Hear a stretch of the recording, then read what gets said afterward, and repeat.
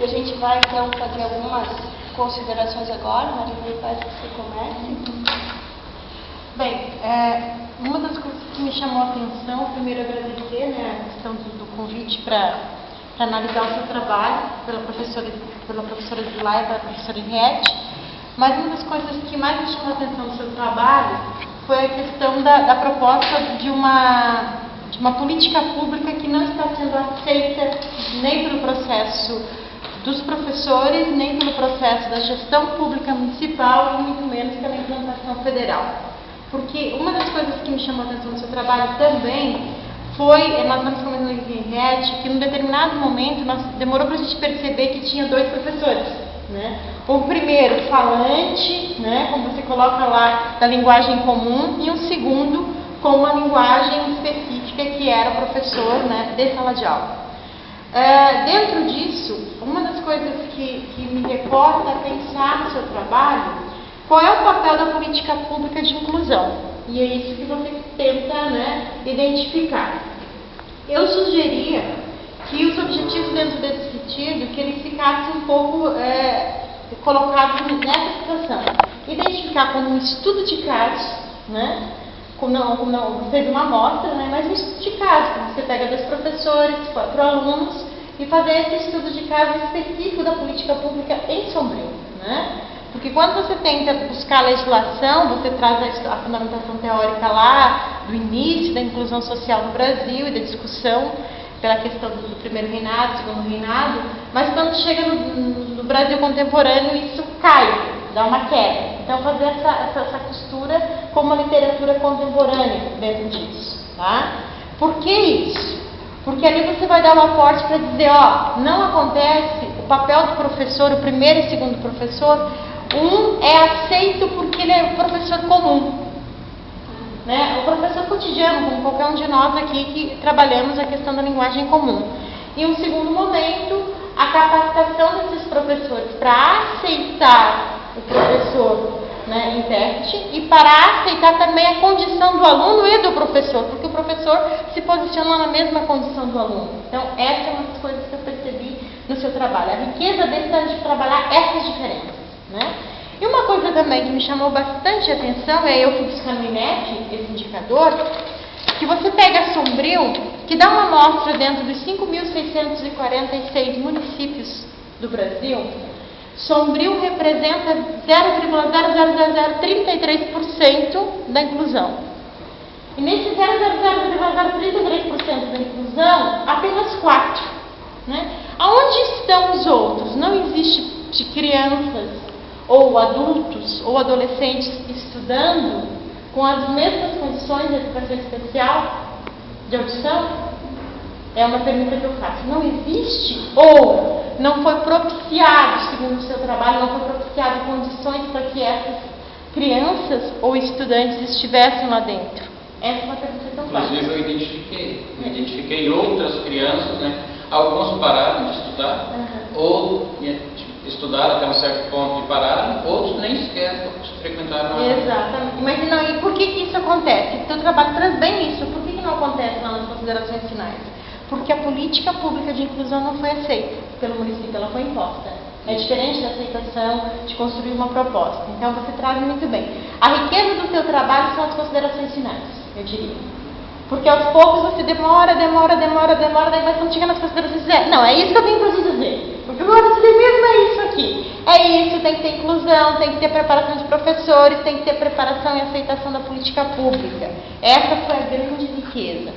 Quando você coloca que o teu problema, é investigar a existência de alunos especiais, você coloca como um todo, Aí depois você recorta na sua metodologia no surto, E aí eu faria uma modificação, identificar sim a existência de alunos especiais na categoria de ouvintes e não ouvintes. Ponto. Eu recortaria ali. Porque a contribuição do seu trabalho é para isso, dentro dessa colocação. E uma outra questão também é tomar cuidado com a linguagem no juízo de valores, Porque nós, quando estamos escrevendo para outras pessoas lerem, e o artigo científico é para isso, Então, você coloca em algum momento ou outro, às vezes você entra no texto. E é normal nós, quando nós estamos escrevendo, entrar no texto. Então, tomar cuidado com palavras de juízo de valor, né? Magnífico, excelente homem da literatura, da área, então tomar esse cuidado com a linguagem de juízo de valor. Lá nas considerações da página inclusão e exclusão, eu pegaria os dados do INEP e compararia, só colocaria o dado.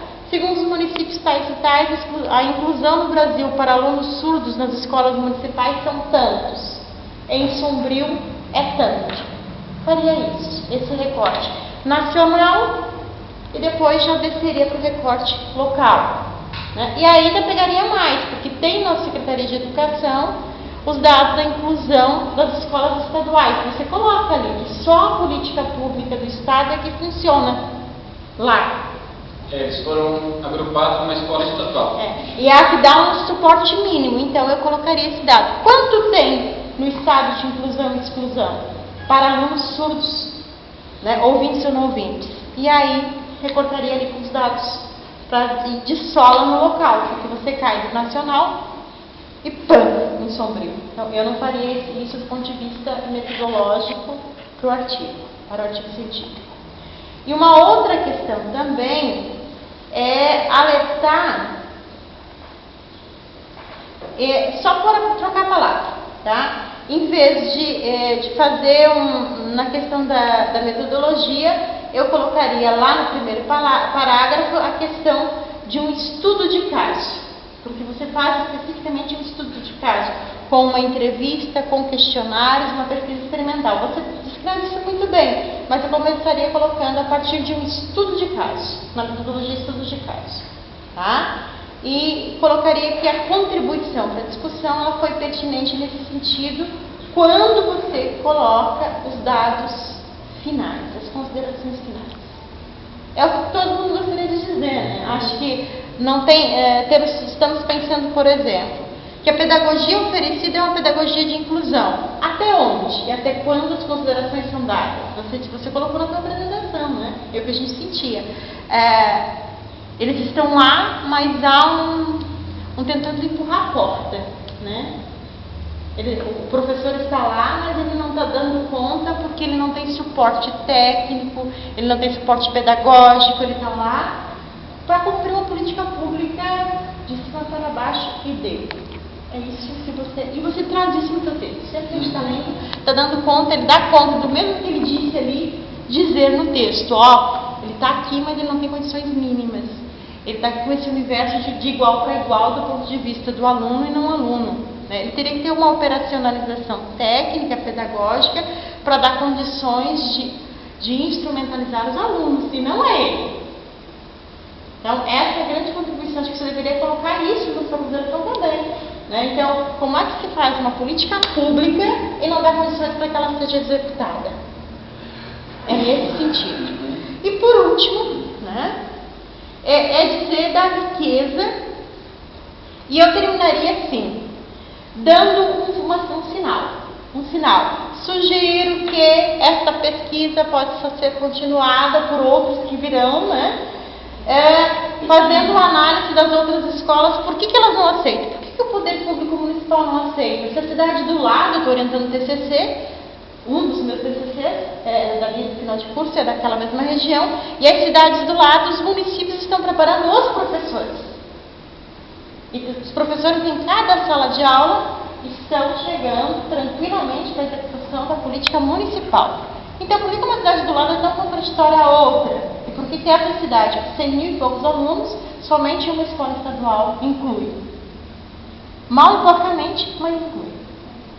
Né? Então, eu terminaria a frase dessa forma. É a minha sugestão. Eu compartilho com a